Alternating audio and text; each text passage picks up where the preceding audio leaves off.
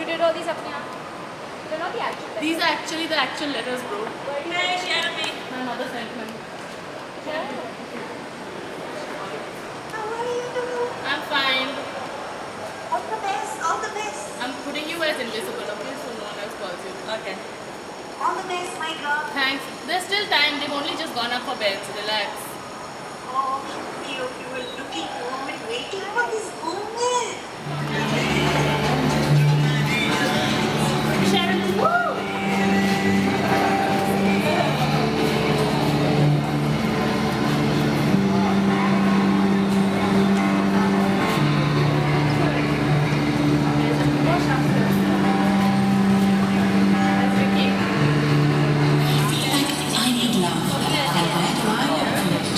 In a status update home, 5 minutes weekly visit our identities, and then forget about it in in transit.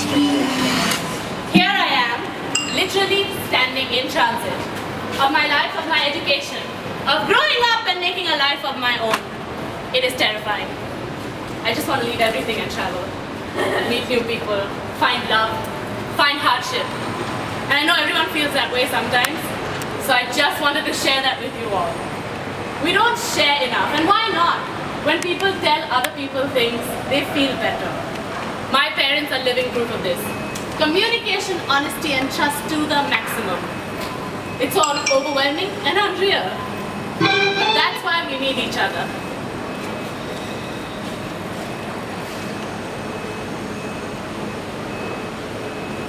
Dearest Rita, I'm enclosing all my precious memories from 1985, courting years, to the engagement, post-engagement, pre-wedding and post-marriage, 1989-1990. Do look after them and keep them safe, as it holds tremendous value for me. I have labeled the envelopes according to the years so it makes it easier for you. All that I have said then still holds true today too, of my love and commitment to your father. I love you and welcome you to the journey of our lives. Hugs and kisses, Mama. And so I went on this journey.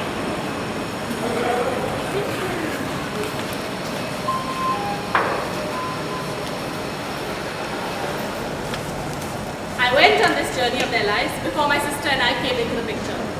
A place we hadn't really known existed. Finding all these tucked away memories, it consumed me, and it was beautiful. Stressful at times too, because it almost didn't work out for them, and they had so much to fight against. A love story across the seas, in a culture that is not very forgiving of love marriage, in a system which expects arranged marriage. They defied it and made it work. And that in itself felt like a miracle to me.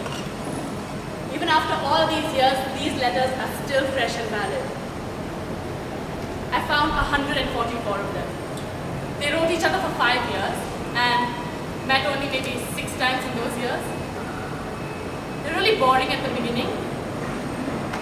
My dad was one-sided enthusiasm. He started off saying he wanted her as a pen pal, and then by the 5th letter, things had escalated to, how do you feel about me? And then he started this whole babe business. As if I can't stand it when couples call each other babe. And to read my own father write babe. Yuck! Cringe fest happened as I read his letters one by one. Just openly confessing his love like a lunatic. No shame. This man had no fear. जब प्यार किया तो डरना या जब प्यार किया तो डरना क्या प्यार किया कोई चोरी नहीं की प्यार किया प्यार किया कोई चोरी नहीं की छुप छुप आहें भरना क्या जब प्यार किया तो डरना क्या इश्क में जीना इश्क में मरना और हमें अब करना क्या जब प्यार किया तो डरना क्या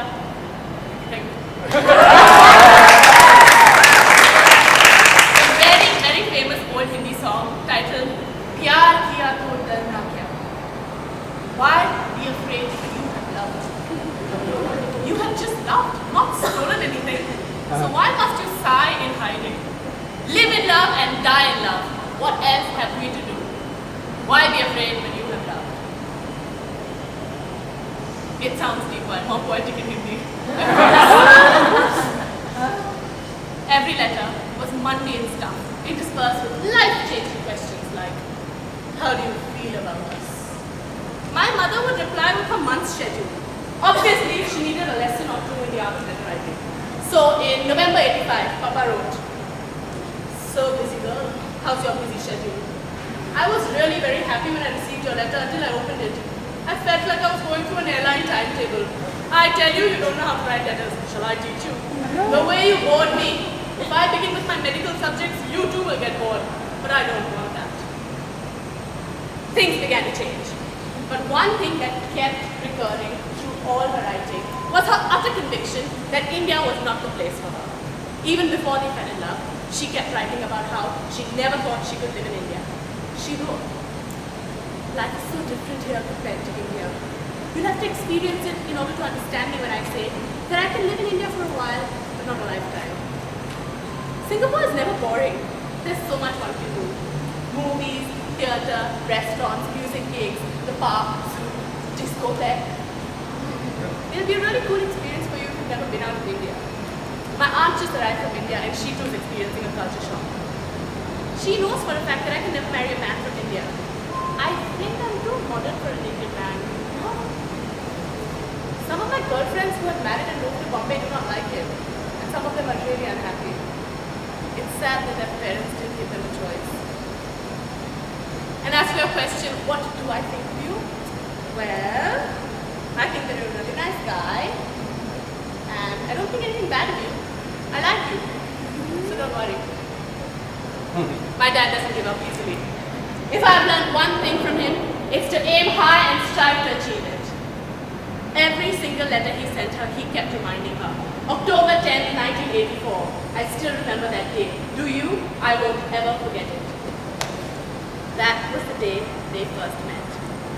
He had come down from Navsari, which is a small town about 4 hours away from Bombay, to buy his first color television. And she had a layover in Bombay for a couple of days. Okay, now keep track of this. My father's brother's wife is my mother's sister. So his paternal aunt is her maternal aunt. Correct? Yeah. So they met at her house. And my father, being the crazy person that he is, decided then and there that he was going to marry her. And it struck me as amusing how now we wait and wait and wait, hoping that someone would pick up the subtlest hint possible. Oh, I put a winking smiley at the end of my text. He fell back. I casually put my hand on the small of her back. Is she responding? Why not bombard them with our thoughts? Why don't we just say the things we aim to say? My father said it. Every letter, he kept reminding her how he felt about her and how he wanted their relationship to develop. And eventually she got it. Cole Porter wrote, why wait when each age has a sage who has sung that upon this earth, love is all that is really worth thinking of.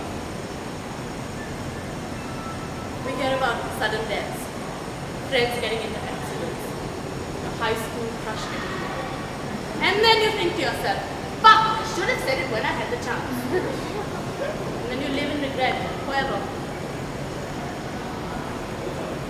In October 1986, Mama was in Adelaide.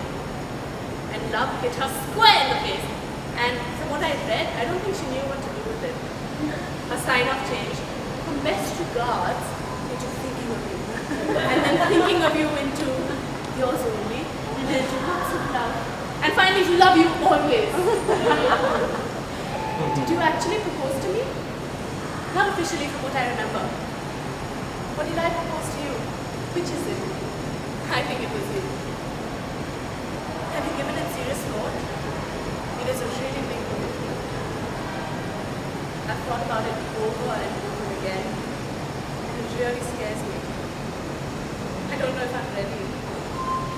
But then there are times I wish I was happily married with a family. Like I said in my last letter, I think the part that scares me the most is moving to India. Gosh, maybe I shouldn't think about it so much. For all you know, I might love it over there. I haven't really thought of myself as being called Mrs. Roy, but rather Mrs. Rathod than Roy. Well, I like either one. I think I'm going to love it, being your Mrs. He was shameless and fearless, as we have already established. But she was petrified, so scared. She had to pack up the life she knew from a modern first world country and move to a place where there was one TV channel, 0 restaurants, and obviously no discotheques. Her brothers were convinced that she wouldn't be able to adjust to her new life. Even my dad's parents were quite skeptical about having her as their daughter. So my dad kept telling her that after marriage she would have to change. And she is a rebel and used to reply with, I went shopping yesterday to my favorite boutique at the Western Stanford and bought 2 mini skirts, knee-length. My brothers think it looks quite sleek and sexy. And then after marriage, my grandfather told her that she could not walk around town wearing shorts and dresses. They used to say such silly, mean things to one another, and then the very next instant say the most wonderful things. And seeing them today, I can never imagine them being petty and immature. Lipstick kisses. Real physical lip marks. Perfume sprayed on the cards, photos shoved inside, dried flowers, even a film negative.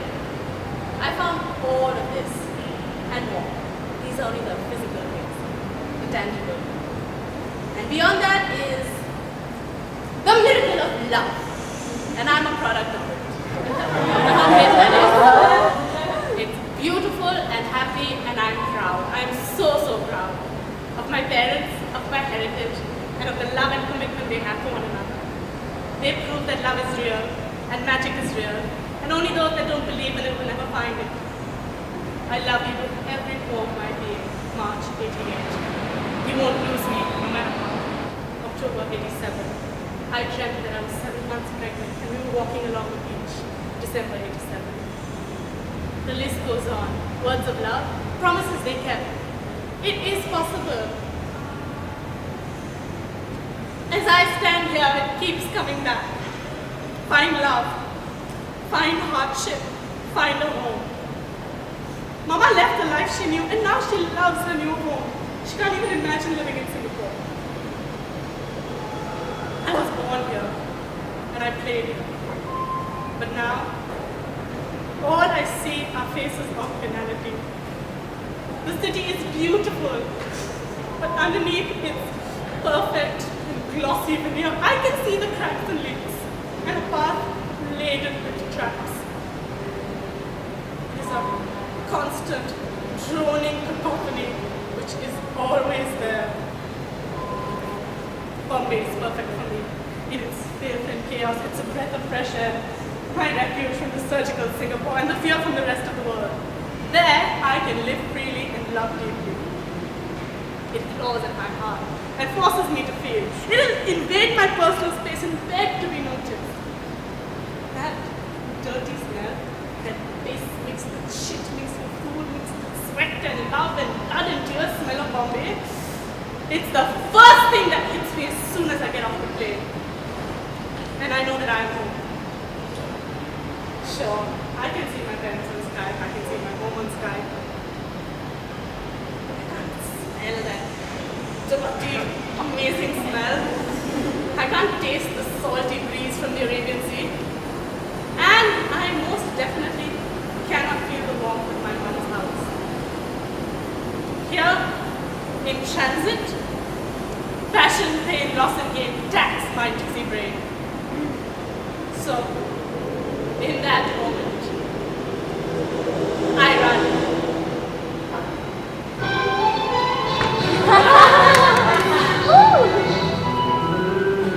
प्यार किया तो डरना